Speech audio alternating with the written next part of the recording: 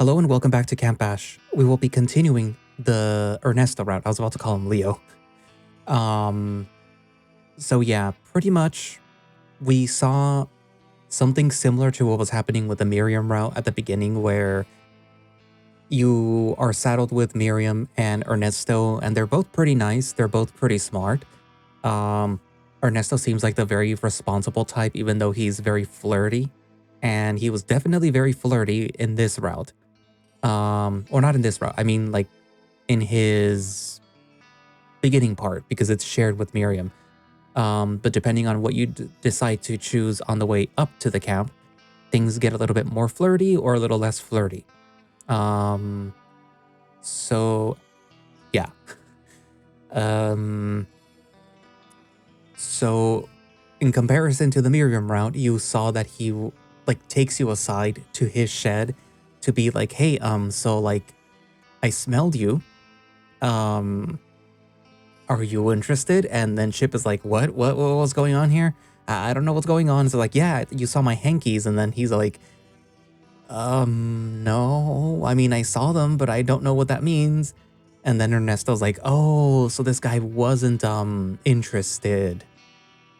But like at that point, he's like, I'm just going to shoot my shot anyways and see if you're, receptive. And Chip is receptive because he is batting both for both teams, even though he doesn't know it. So yeah. So Ernesto's gonna keep poking him to see if he will, bite. Or, some other mouth activity. What else? That's pretty much what happened. You go around the camp more. You didn't go to the boathouse like I was hoping, because I know that is possible, but I guess that didn't happen this time. So, I mean, when you're with him, not like through the whole little thing before Janice and Chip break up. I meant like way before that.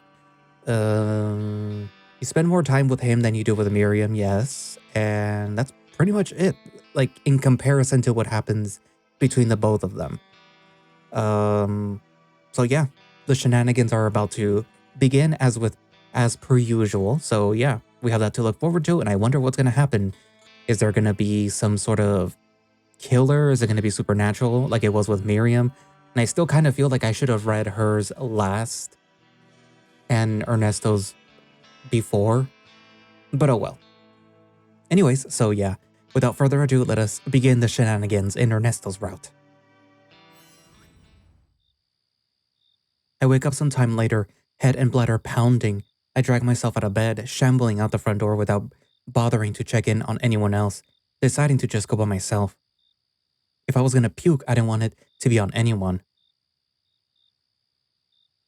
I wash my paws after relieving myself, making it back out to the humid night air, when I spot a figure at the end of the building. Ernesto? The wolf walks up to me, coming more into focus as he gets closer. Hey, Otter. What are you doing here by yourself? I can ask you the same thing. I'm just checking the power one last time. See if there was anything that I missed. I'm worried about it. No one was in the mood after. Sorry about all of that. Ernesto hugs me, rubbing my back with his large paw. There's nothing to be sorry about. I don't think that it's unfair to say that you didn't want that to happen. My eyes are threatening to water as I hug the wolf back. It isn't fair. I start to cry, unable to hold it back anymore.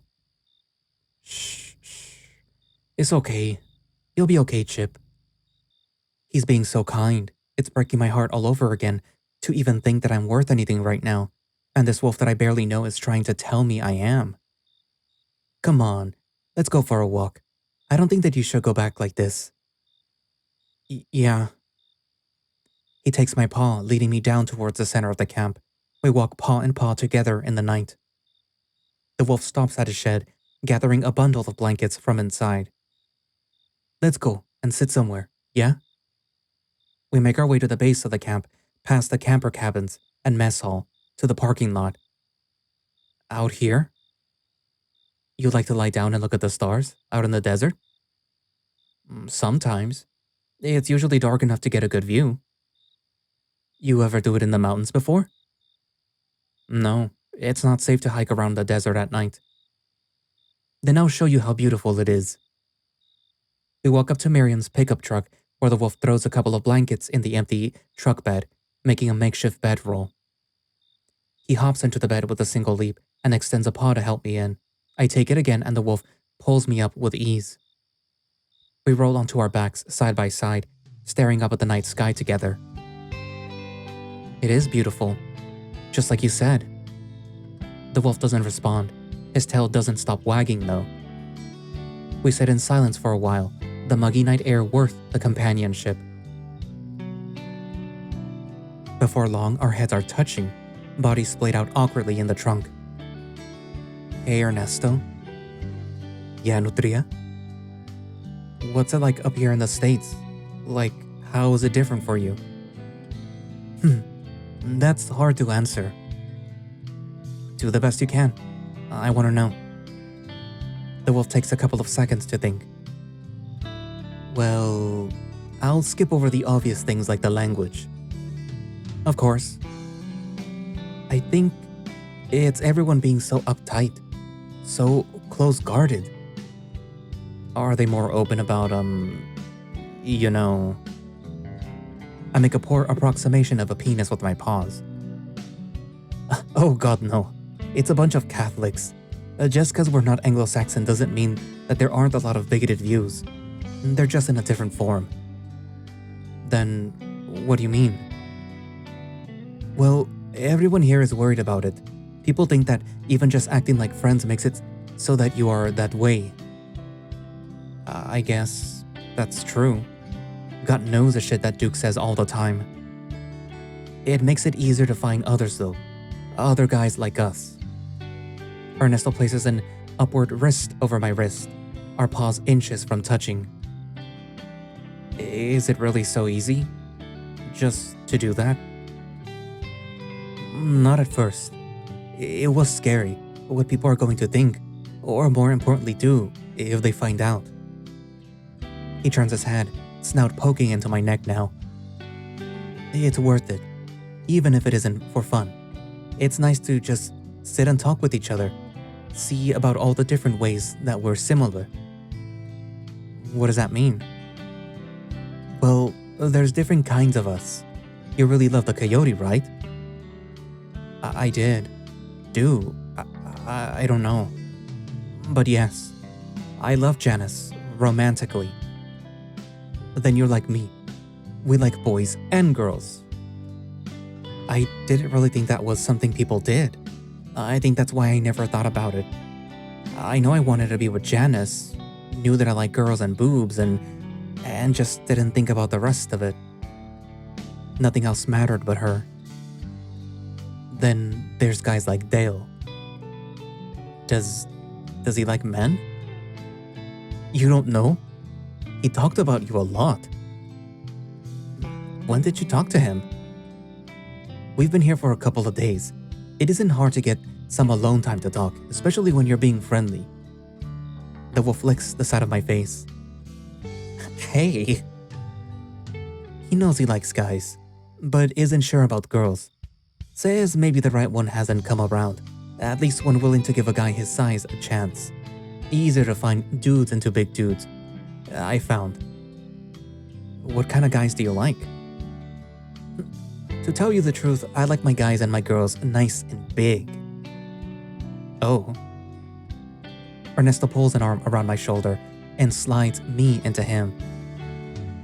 But I like others more, so you don't gotta worry. As long as you don't treat me like a woman. The wolf puts his paws on my waist, feeling me up. Only when I f*** you, I promise. When you f*** me? I don't even know what I like. Down there. He flips me to my side, a stray irk escaping my muzzle. He turns on his side, scooting close to me, his groin flush with my rear, my tail gently placed over his thigh. How about just when we're cuddling? For now then. Yeah. This is nice. He puts his arm down below my head, giving me a pillow as he lies on his shoulder. It was nice looking at the stars, though. Ernesto nuzzles my ear, nibbling on it a bit. A jolt of electricity travels through my body. I tense and wiggle back into him. There's other things to look at, Nutria. That feels so good. He continues to chew and lick on my sensitive ears. My body gives in, melting to putty in his expert arms. It's different, isn't it, than with a girl? Yeah, I like it a lot. Do you want more? I listen to the tent in my shorts. Please. The wolf takes off my shirt and I help him do the same, feeling his muscular and toned body under his fur. Keeping the glasses on? I want to see your body. It's beautiful. Plus, it's part of my sprites. He makes another pass at my hips, turning me over, grinding into my groin with his. We can feel each other's hardness through our shorts. I take charge this time, kissing him for the second time. He lets me in, lets me run my tongue over his sharp teeth, lets me feel just how much he's allowing me into him with his large and powerful tongue. He takes the opportunity to really start making out, and before long we're grinding and thrusting into each other, paws gripping the back of each other's heads, running down each other's backs and exploring each other's bodies again and again. It's so much different than making out with a girl, let alone just Janice. I can grind more, use more of my strength, and I get it back in return, feeling his rough and powerful paws on me, groping me, playing with my cheeks more than Janice ever did. Ernesto is intoxicating, and I need more of him. Ernesto. I can't stop myself from moaning his name. Am I that good? He is. I need more. Anything you say. He pins me on my back, digging his muzzle into my neck as he starts to unbutton my pants. Oh my god, that's sensitive. Right here? The wolf licks, right on the spot that makes me squeal and close my eyes in need. Yes. Oh, fuck yes. My shorts are discarded in just a few more moments, the wolf unbuttoning his pants. I want to feel you through your underwear. I nod just as the wolf finishes taking off his pants. He thrusts against my groin again, this time just the two of us in our skivvies. He's so big down there, bigger than me. I leak in my underwear more at the thought. The wolf starts to gently thrust, rubbing our against each other. Just two thin layers of fabric separating us as the wolf works his hips more and more. There is a strange, albeit pleasant friction sensation, like the fact that something's in the way is making it hotter, making it heavier. The teasing is the point, and I'm lost in the sea of pleasure it brings. Ernesto. Ernesto finishes with one last grind against me. You can call me Ernie. I know it's easier for your gringos to moan. No, can I? He fiddles with the waistband of my underwear. Yeah. I collapse on him, my staining my fur, a slick squelching noise escaping between our writhing bodies. The wolf holds me close, still unloading into me. He finishes, sweat dripping down his brow as he looks at me with an expression that I can't define. He looks like he's too embarrassed to say something. That was good, Otter. That was so good. His paws go to my face and he pulls me in for a kiss. It's sloppy, unrefined and focused solely on me. I slip from him after a time, his essence spilling from me, staining our legs and the sheets. Oh, it feels so weird. Let me take care of that. He flips me on my back, lifting my legs back into the air. He cleans me up like I would Janice. It's humiliating, but his gentle licks feel good on my aching hole. The wolf finishes, lying down next to me, licking my face, his, and my heavy on his breath. I don't know if I'll get used to that. We can try as many times as you need till you do. We sit in silence for a while, the sound of our panting and heavy breathing blending with the sounds of the mountain. I think that it's gonna take an hour to get all of this out of my fur when I shower. I like it how it is. I can't go around stinking like a... At least it's your own. That coyote might smell me on you. That's another nightmare that I don't think that I'm ready to handle.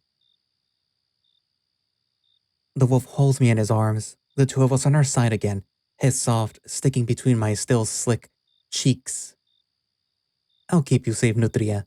It's the least that I could do after such a perfect night. Was it really perfect? Nothing could have went different? It was perfect, I promise. It's because you were there with me. He runs his fingers through my paws, playing with my webbing. They're so cut up and rough, Otter.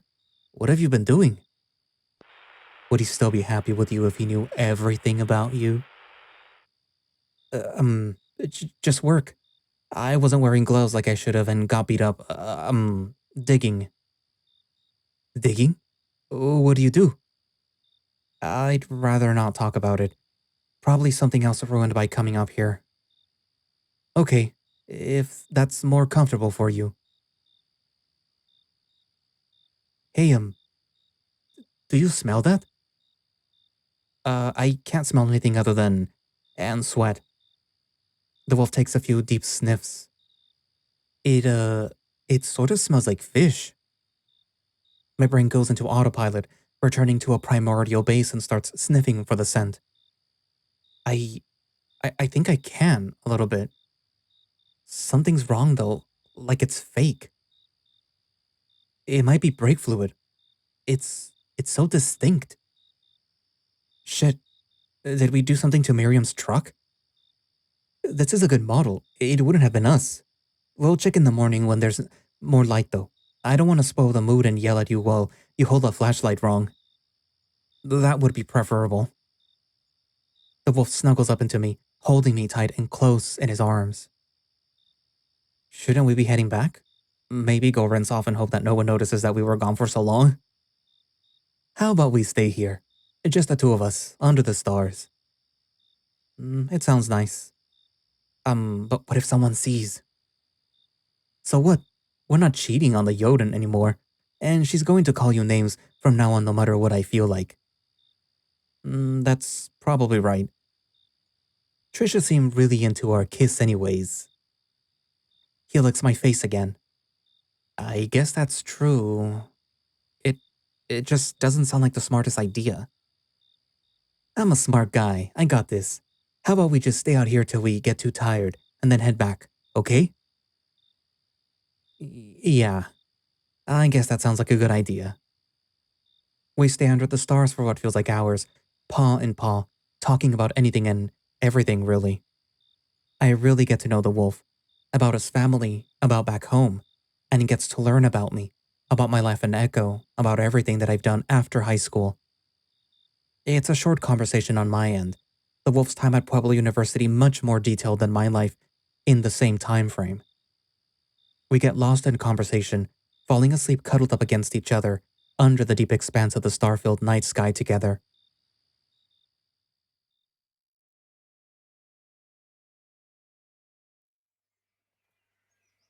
Warm morning sun stirs me from a peaceful slumber. My eyes creak open. A torrent of red is the only thing that I see. Panic courses through me, but only for a second. I have to remind myself the warm body against me is just Ernesto's fur. My arms outstretched, my whole body going into a morning yawn. Irk. I can't help but let out a pathetic noise. I pull my head back enough to realize that I burrowed myself in the wolf's arm. He has me cradled against him, holding me tight against his body. My head was turned into his bicep, and I've managed to snuggle back into his body. The other man's tail wags gently in his sleep as his arm tightens around me, pulling me even deeper into him. My nose is burned in our sweet scent. The two of us must reek of each other at this point. I try to snuggle and wriggle out of his grasp, but he's too strong, even in his sleep. Ernie, come on. We gotta get up. It comes out as a whisper, my voice betraying what I really want to do. I can't hide myself around this wolf. We enjoy the moment for a bit longer, sinking back into the warmth.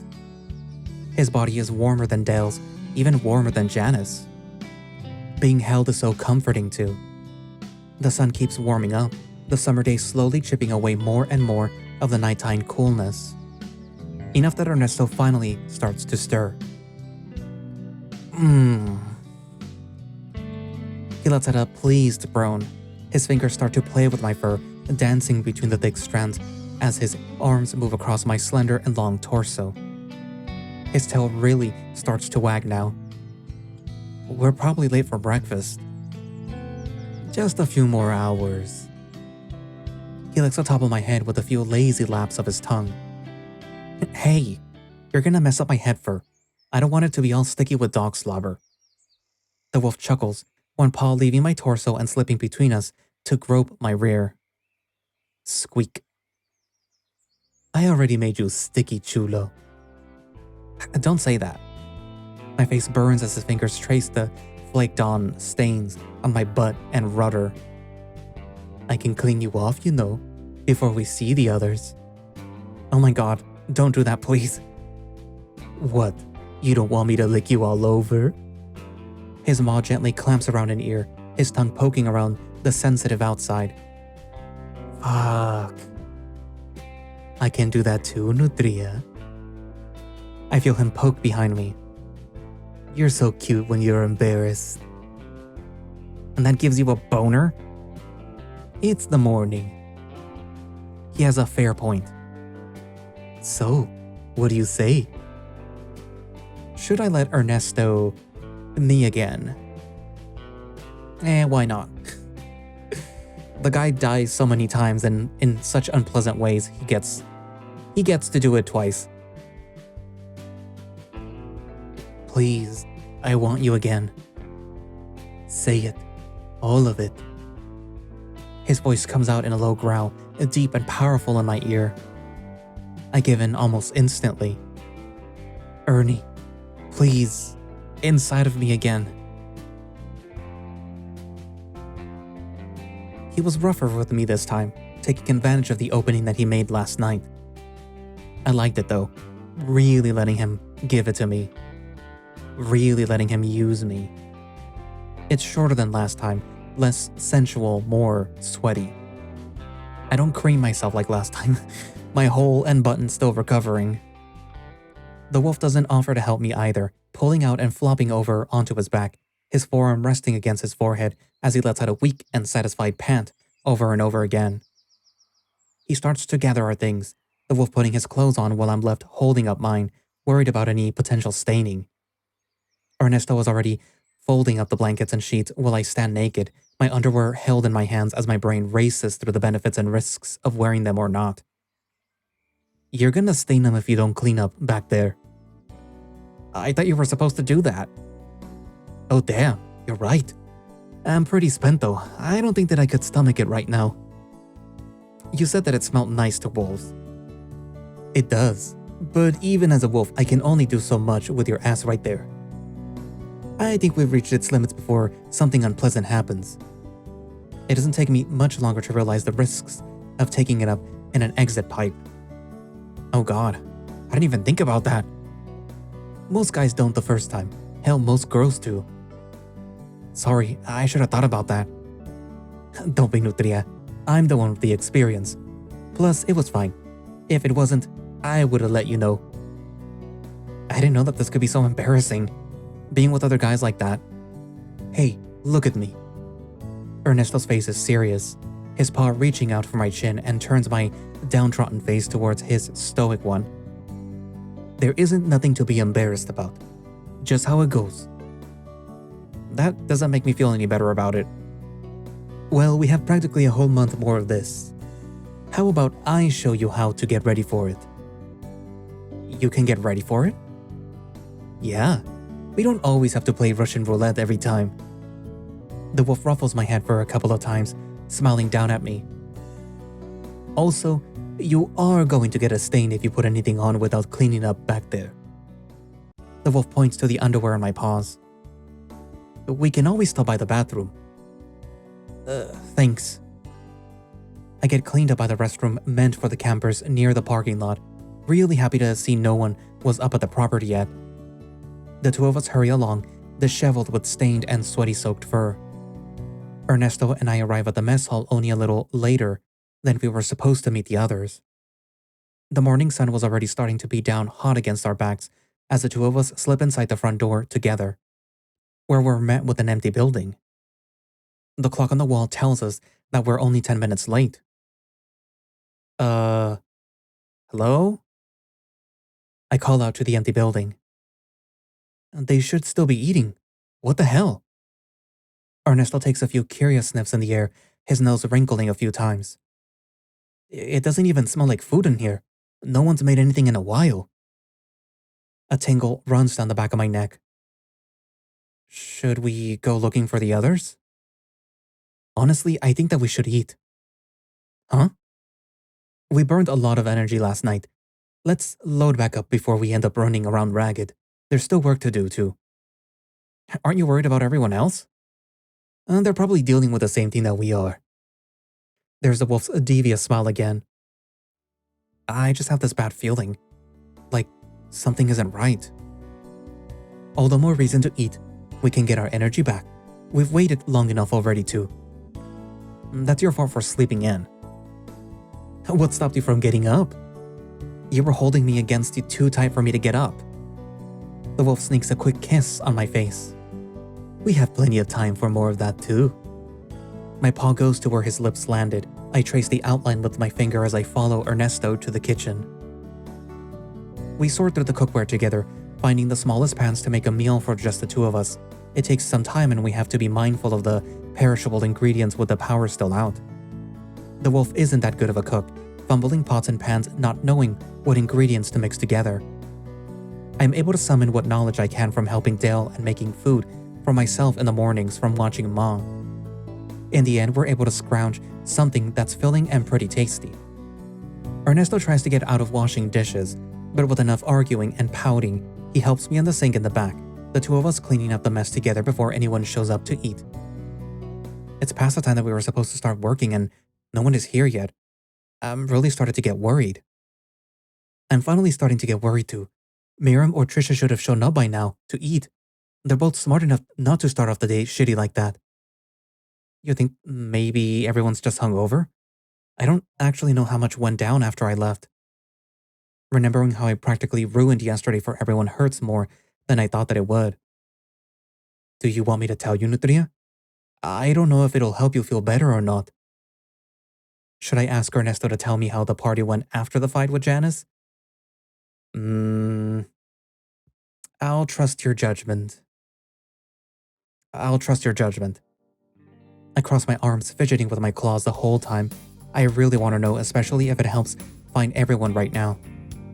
But I think listening to someone else's opinion and all of this might be the better solution. There's already too much strangeness going on. You know, you're someone really trusting, especially for a guy who just got a taste of the other side for the first time. What do you mean? Usually guys just want to, fuck. They don't think or care about anything else. It's kinda why I didn't push so hard on that kind of stuff. What? You don't like talking and trusting other people? It's what happens when most of your interactions are hookups and pod jobs. That sounds so lonely. Like you should try for more. People did and people do. I know some hippies just like to have each other. If not, you just end up repeating it over and over again. What does that mean? Some people really like to make it work, like boys and girls get to. Make a family, get married, all of that. That sounds hard to do. People barely accepted Janice and me being together because we can't have children. Well, the same thing is true for boys like us. But that's just one part of it. There's the other part people don't like to. What are those parts, do you think? Well, God for one. They say the Bible doesn't like it. They said that that's what's most important in raising a family and taming the land. We all gotta contribute. I think that might just be because of your specific religion. Do they believe in God in San Salvador? We do. I do even, but not the same way. Isn't there just one God? I think so. Then why is everything else different? Because people and circumstances are different. Is that why some guys like us try to make it work? That's why everyone everywhere tries to make it work. It doesn't make sense to me. My brain just keeps turning it over and over again in my mind. I know some people are mean and rude about different kinds being together. People like Pa. I know what that's like all too well. So much trouble for just liking the cute coyote in town I went to school with. The same girl that felt the same way about me. It was natural and normal, but Pa and the priests at the church tried to get me to stop seeing her a couple of times. That must sort of be what it's like then, for the boys like me who like other boys. Guys? Men? What's even the word? I know it's bad to be a faggot, but what does that mean? Ernie? Yeah, Nutria? Can we talk about this stuff more later on? I don't think that it's really making a lot of sense right now. The wolf smiles and pulls me into a side hug. I'll talk with you about anything, chulo. His smile warms me up on the inside. The two of us head towards the outside to see the others. As soon as we step outside, a sudden and thick scent of burning ash chokes out everything else. What the fuck? Ernesto covers his sensitive nose, and I find myself mirroring his action with little thought. It smells like someone lit a barbecue inches from my nose. There is a dull, heavy heat sitting on the morning air now, accompanied by a heavy fall of soot. Is something on fire? Shit, do we need to put it out? Let's keep looking for the others. I don't think that you and I can carry enough buckets for that. This is really hurting my nose. It's making me dizzy trying to smell through it. If he isn't all there, we really need to find everyone else. Where should we look first? We need to find everyone. If they're all hungover, let's check out the staff cabins and Wickenburg's cabin first. We head towards the upside of camp, the smell of ash growing thicker and fuller on the way. Part of the way up the hill, we find Miriam's shed door open. Miriam, are you here? Shit, hold on. The sound of rummaging echoes from inside for a few seconds. The Gila pokes her head out of the door, her face stricken with worry. She looks at the two of us and down a few times before stepping out, expression easing. Something is going on. I think that there's a forest fire or something nearby. Shit, how much danger are we going to be in? Do we need to evacuate? Fuck, the money for our new van. I don't know yet. I was just up here getting supplies if things went sideways. Who's there, Miriam? Dale's voice booms from inside the shed. Hey, wait! The otter stands in the doorway, shirtless. He looks tired and hungover. Hey, it's you guys. How's the party going? Dale's words are slurred. What's going on, man? You sound beat up. Long night. Lots of booze. You hungover? No, never stop drinking to get hungover. There was a million questions that I want to ask him, but the sky turning redder and warmer suddenly distracted my train of thought. Hey, is the smell getting worse? Things are looking hazy and wrong too. We need to hurry. I think that it's going to get really bad. Where are the others? That's what we were trying to find out. Give me the keys to your shed. I'm going to scrounge up enough supplies for an evacuation, and we're leaving. I don't like the color of the sky. How did that happen? Is more weird stuff going on? I don't think that we should stick around and find out. I think that it's just a fire, Otter. Can fires make the sky look different? The ash can reflect the red of the sun. So how bad is it if the whole sky is turning red? It means that we need to hurry. Ernesto shuffles with his keyring, tossing over a key to Miriam before taking me by the wrist and dragging me away. We're going to check upstairs for people still sleeping. Hurry this up, we need to go. Miriam nods and heads back inside. Passing Dale, the otter stares at the two of us for a few seconds before pulling himself inside the shed. My feet struggle to keep up with Ernesto's pace. Hey, slow down a bit. Your legs are a lot longer than mine. There's no time for that. We need to move fast. Is it really that bad? The whole mountainside might go up on a fire at this point. Shit, how do you know? I don't. Not for sure. but I've seen what happens when there's bad wildfires. A lot of people can die really fast. Are the camp counselors going to be okay on the bus? If they haven't shut down the road up here, it's not on us. I don't argue with his logic. We reach Wickenburg's cabin a few moments later, the wolf's face growing more and more worried.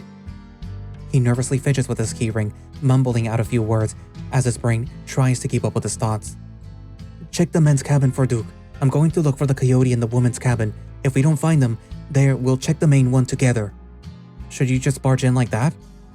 As soon as the words leave my mouth, the sky darkens again.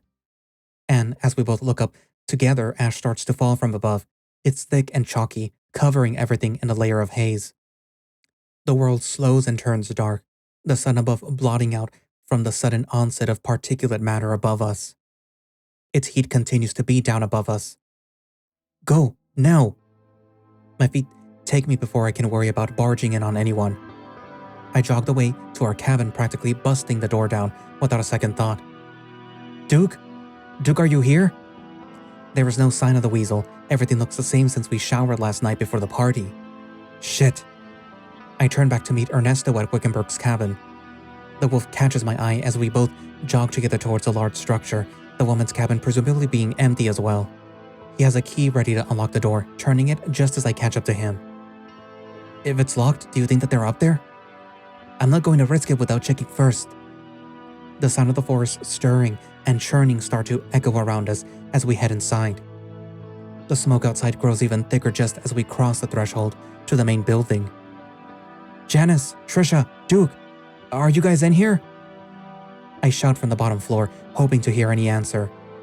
I rush to the stairs and start to climb, and then look for the others. Ernesto is down below, searching through the cupboards and kitchen cabinets as my paws and feet climb to the second floor landing. Janice? Trisha? Where are you? My voice is getting more and more desperate as the ash from the outside starts to seep in, choking and slowing my lungs. I try a couple of doors, peering into the rooms that I haven't seen before, looking for the others. The sound of the rumbling starts to grow just outside. My paws hurry back and forth across the different door handles. Chip, we need to leave. Come on. My heart is racing as I try to search for the others, Ernesto already at the door threatening to leave me behind. It gets me to scurry down the stairs, 2 steps at a time. I almost trip at the end, barely managing to catch myself on the banner as Ernesto looks on with a pained expression. He takes me by the wrist, interrupting a pathetic apology about to spill from my mouth. But wait! Janice's voice calls on from the upstairs. Ernesto! I heard. He stops pulling me away, keeping himself planted at the base of the stairs. Coyote, come on, there is an emergency! One of the doors opens to a room that I skipped. Janice walks out with shaky legs, one paw on her forehead, doing its best to shield her eyes from the light of the morning. What fucking time is it? Janice, hurry up! Ugh, I'm too fucked up to be mad at you right now, but you better not be telling me what to do. Stop being stupid. There is a fire nearby, a bad one. We need to leave. The coyote slows, the gears in her head turning as she gets to look at the two of us. This isn't funny. I don't need the two of you, of all people, fucking with me right now. You think that I was mad last night? Smell with your nose. Janice rolls her eyes with her whole head, crossing her arms in annoyance. She complies a second later, closing her eyes and sniffing in the air a few times. Oh shit. Janice covers her nose as cracks open her bloodshot eyes at us fully. What the fuck is going on? Come on, there is no time. She comes down the stairwell much slower than I did, barely able to keep herself upright before making it to the landing in front of us. You two better not be playing around. Janice, just listen to us, please. You don't get to tell me anything anymore, Bronson. She spits my name, her voice venomous. I don't argue with her as the three of us rush outside. We're greeted by a hellish scene. A raging wildfire spreads out from the direction of the lake, engulfing everything to our west and starting to tickle the edges of the wooden boathouse. It's moving fast, already starting to creep up the hillside at the mess hall, threatening to churn up the hill towards us, and a few moments later. The rumbling sound from earlier is clear now. It's a sound of the forest burning, of tree trunks toppling and feral animals scurrying in the background away from the flames. Our visibility starts to shrink again. Only the burning cinder of the treetops in front of us shines through the blackened sky. don't stop running. I struggle to keep up his pace down the hill. Ernesto manages to keep me upright as he literally drags me after him. When we make it back to the sheds, Miriam is pulling a slowly sobering Dale out of the shed. The pair have canteens cradled in their arms, along with the backpack kitted with gear each. We're leaving now. Take a canteen and head with us. Can we make it to the lake or river? I don't think so. I think the whole side of the mountain is burning at this point. We need to get away from it fast. Can we even outrun a forest fire, especially with the wind blowing this fast? The two look at me with sullen faces. We have to try. The five of us band together, each taking some of the supplies Dale and Miriam managed to scramble together and head down the hill. We reach the next level down in the camp together, only to be met with Trisha walking up, towel in hands. Her clothes are dirty and disheveled, her wool looking just as rough. Hey guys. Her voice is just as slurred as Dale's. Her cheeks turn red as she tries to sidestep the five of us. Where are you going? Where have you been? Just headed towards a shower. I slept outside in a sleeping bag last night. I rolled over this morning into the dirt. Silly me. I don't care who you fucked, sheep, but don't you notice something going on? I didn't. Look. Janice grabs the sheep by her shoulders and spins her a bit roughly, showing her the west side of the camp. Piles of black smoke send ash raining down on us. The sky is red and angry. Flames dance at the tops of the forest canopy just a few 100 feet away, the wind blowing directly at us. What the fuck? The flames are much closer now, practically uphill. They'll be overtaking the mess hall any second now. How the fuck are you up? The ash continues to fall and cover everything. I just woke up. I feel like I need to puke and shit and die, to be honest. That's called a hangover. Happens when you drink and flirt around like a slut. This isn't helping. We need to scale down to the side of the mountain. We can't make it in the cars at this point. I'm pretty sure the road is covered in fire too. Oh my god. Duke! Duke? He's a fuck. Just tell us. He's at the Arts and Craft building down the hill. I don't think if I didn't notice, he noticed either. Fuck. I don't think we're gonna make it. He's where? We have to get out of here. There is no time to make it back to him. We're barely going to make it out ourselves, tumbling down the side of the mountain at this point. I think Jan's right. Are we fucking voting on saving your friend's life? Please, we have to help him. Ernesto turns to me. Chip, you need to focus. We need to get out of here, and the fire is just going to get closer and closer. Kid, things are looking bad. It might take long for me to decide. Do you want to have the control back until we get out of this? We'll have to make decisions quickly, or it's going to put everyone's life in danger. This is going to be extremely dangerous, so you need to be sure about this. Who's going to take control of the decisions while time matters? Let him being Samuel, stay in control, which uses an active timer countdown while making decisions, or take control until the immediate danger is gone. Don't use an active timer countdown while making decisions. I mean, technically him is technically me, too. I'm gonna take control. However, I will tell you, you will have to pause to read the decisions that I take, because it has to go by fast. So, you know, I'll do my best. What should we do? We need to go looking for Duke. We need to look for Duke. Come on, there is no more time to waste.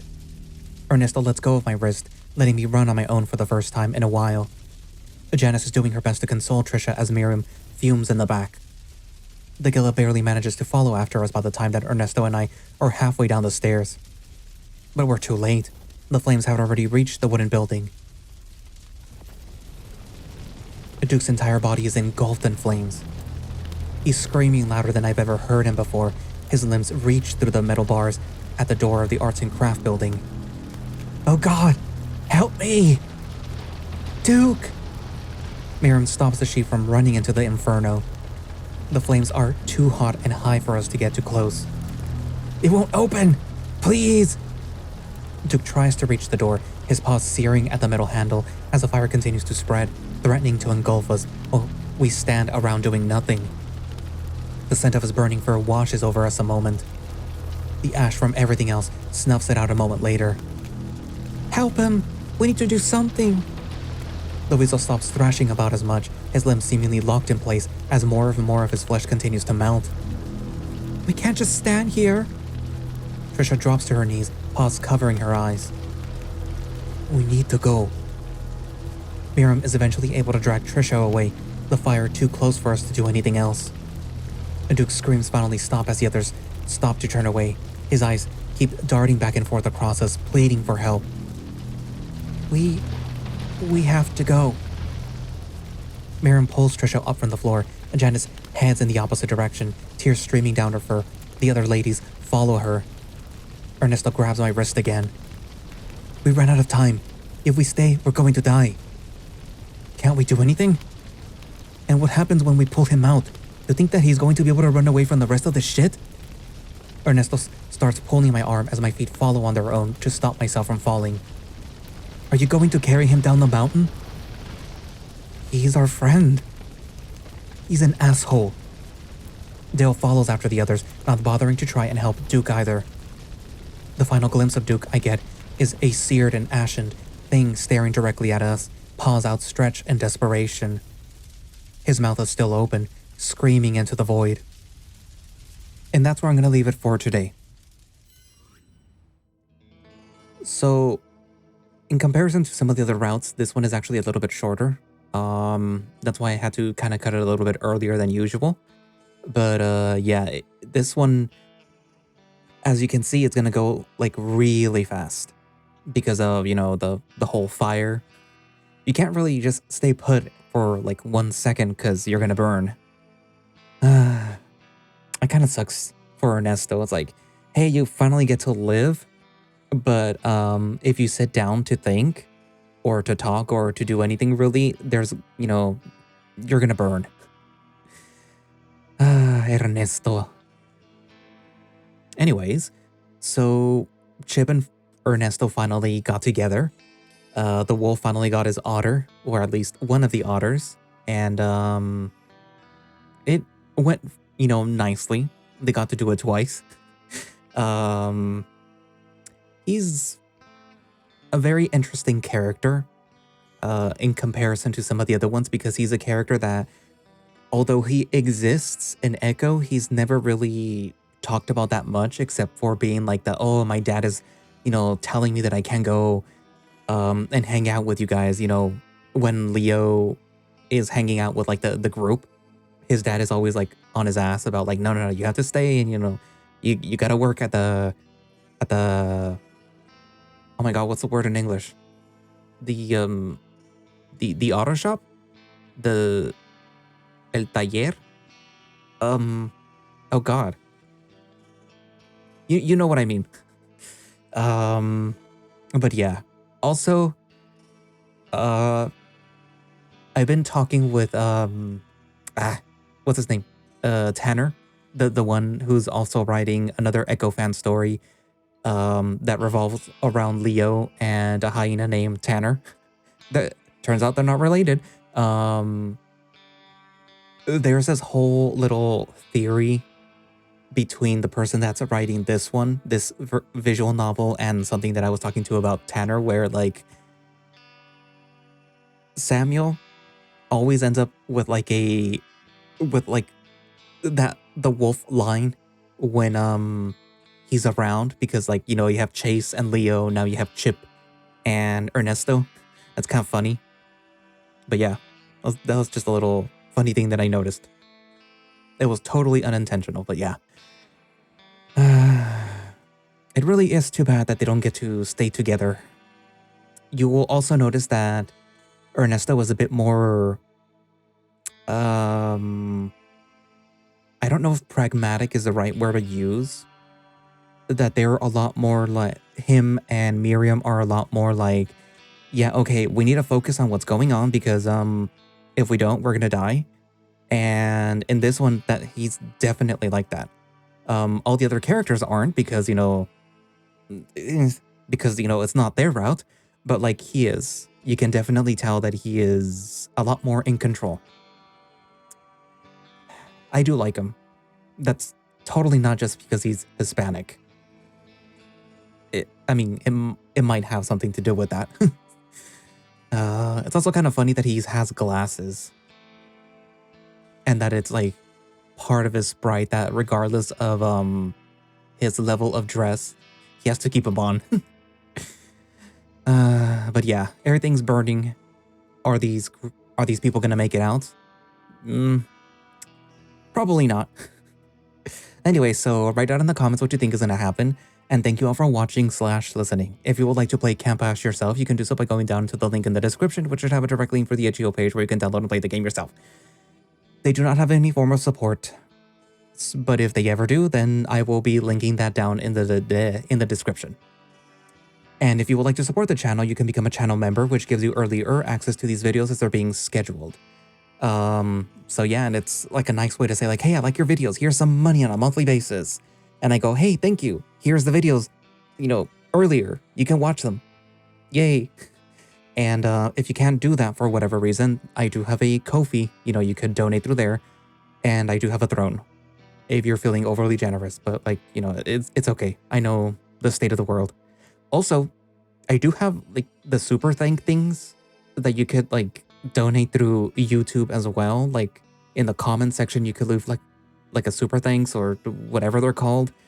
And that's like another form of donation. So you could do that, aside from like and subscribe and whatever. Anyways, so yeah, I guess that's it. And I will see you guys in the next part. Bye-bye.